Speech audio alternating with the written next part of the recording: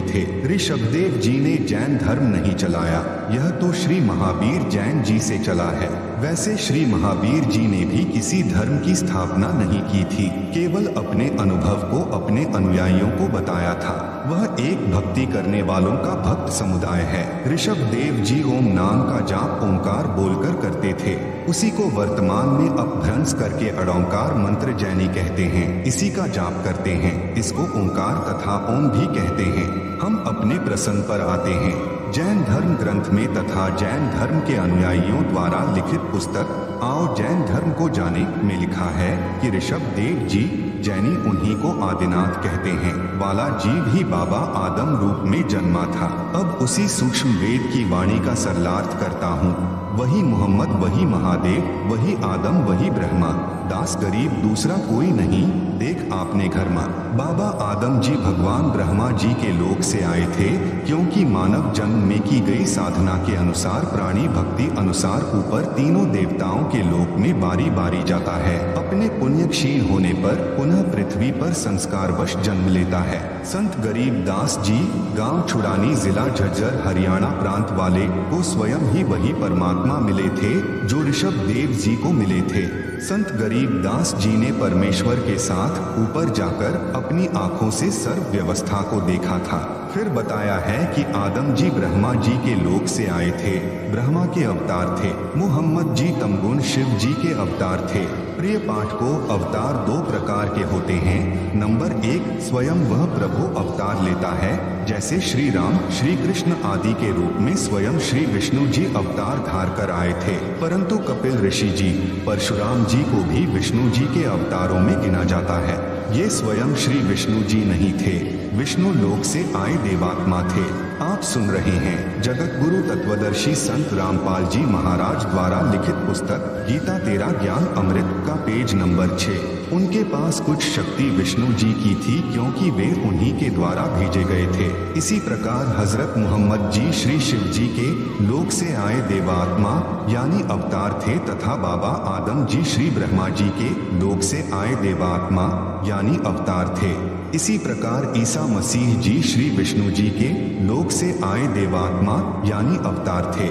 ईसाई श्रद्धालु भी ईसा जी को प्रभु का पुत्र मानते हैं, प्रभु नहीं।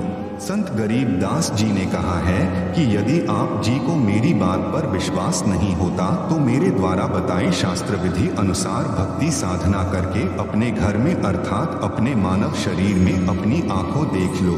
भावार्थ है, शरीर की रचना सर्व धर्मों के मनुष्यों की एक जैसी है। तत्व ज्ञान न होने के कारण हम धर्मों में बंट गए। संत गरीब दास जी ने बताया है कि मानव शरीर में परमेश्वर ने भिन्न भिन्न अंग बनाए हैं। रीढ़ की हड्डी अर्थात बैकबोन यानी स्पाइन के अंदर की ओर कंठ तक 5 कमल चक्र बने हैं। कृपया देखें यह चित्र। शरीर यानी पिंड में कमलों यानी चक्रों का चित्र दिया गया है, जिसे आप पुस्तक में देख सकते हैं। नंबर 1 मूल चक्र। यह चक्र रीढ़ की हड्डी के अंत से 1 इंच ऊपर गुदा के पास है। इसका देवता श्री गणेश है। इस कमल की 4 पंखुड़ियां हैं। नंबर 2 स्वाद चक्र। यह मूल कमल से 2 इंच ऊपर रीढ़ की हड्डी के अंदर की ओर चिपका है। इसके देवता श्री ब्रह्मा जी तथा उनकी धर्म पत्नी सावित्री जी हैं। इस कमल की 6 पंखुड़ियां हैं। नंबर 3 नाभि कमल चक्र। यह नाभि के सामने उसी रीढ़ की हड्डी के साथ चिपका है। इसके देवता श्री विष्णु जी तथा उनकी धर्म पत्नी लक्ष्मी जी हैं। इस कमल की 8 पंखुड़ियां हैं। नंबर 4 हृदय कमल चक्र। यह कमल सीने में बने दोनों स्तनों के मध्य में रीढ़ की हड्डी के साथ चिपका है। इसके देवता श्री शिव जी तथा उनकी धर्म पत्नी पार्वती जी हैं। इस कमल की 12 पंखुड़ियां हैं। आप सुन रहे हैं जगत गुरु तत्वदर्शी संत रामपाल जी महाराज द्वारा लिखित पुस्तक गीता तेरा ज्ञान अमृत का पेज नंबर 7। नंबर 5 कंठ कमल। यह कमल छाती की हड्डियों के ऊपर जहां से गला शुरू होता है उसके पीछे रीढ़ की हड्डी के साथ अंत में है।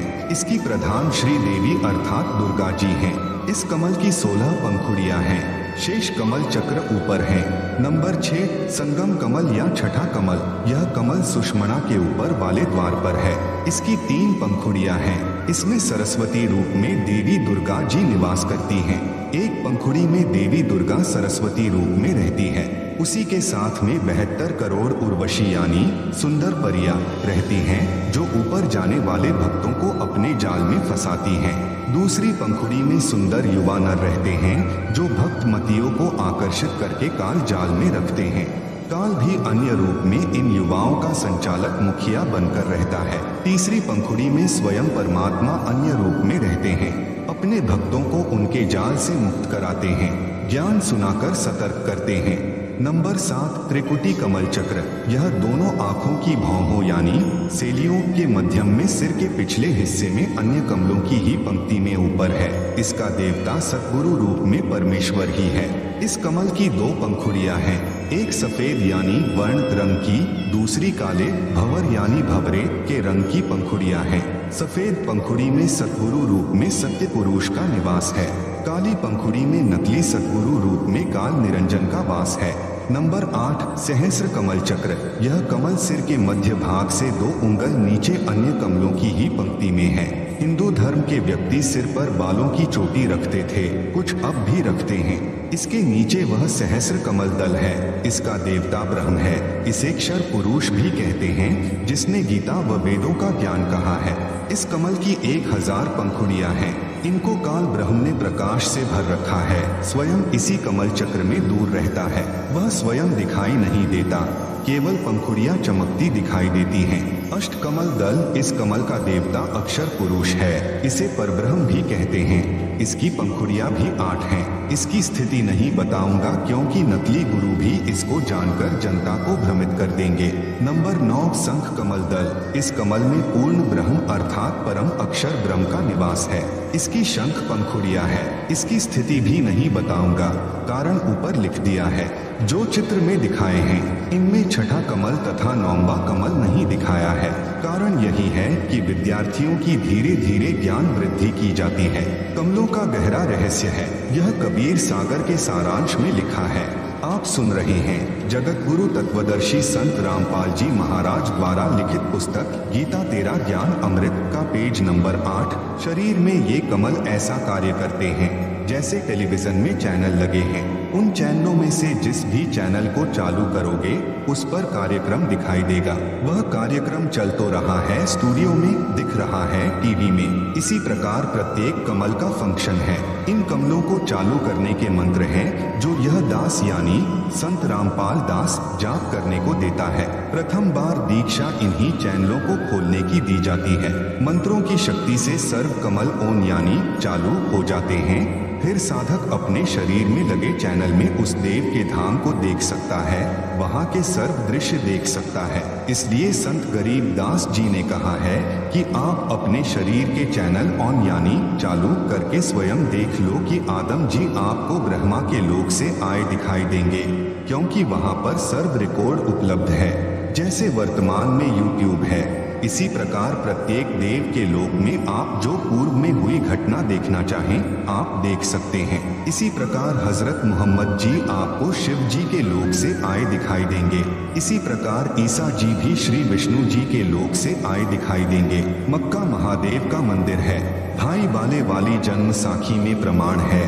साखी मदीने की चली हिंदी वाली के पृष्ठ 262 पर श्री नानक जी ने 4 इमामों के प्रश्न का जवाब देते हुए कहा है, आंखें नानक शाह सच्चर सुन हो 4 इमाम। मक्का है महादेव का, ब्राह्मण सन सुल्तान। अब आप जी को अपने उद्देश्य की ओर ले चलता हूँ। आप जी को स्पष्ट करना चाहता हूँ कि जो यथार्थ आध्यात्मिक ज्ञान सूक्ष्म वेद गीता तथा चारों वेदों में है, वह न तो पुराणों में है, न कुरान शरीफ में, न बाइबल में, न 6 शास्त्रों तथा न 11 उपनिषदों में। उदाहरण जैसे 10वीं कक्षा तक का पाठ्यक्रम गलत नहीं है, परंतु उसमें BA तथा MA वाला ज्ञान नहीं है। वह पाठ्यक्रम गलत नहीं है, परंतु पर्याप्त नहीं है।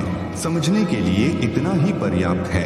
अन्य उदाहरण गीता अध्याय 2 श्लोक 46 में कहा है कि अर्जुन बड़े जलाशय यानी झील की प्राप्ति के पश्चात छोटे जलाशय यानी तालाब जोहड़ में जितनी आस्था रह जाती है, उसी प्रकार पूर्ण परमात्मा का संपूर्ण ज्ञान होने के पश्चात अन्य ज्ञान तथा भगवानों में वैसी ही आस्था रह जाती है। जिस समय गीता ज्ञान कहा गया था,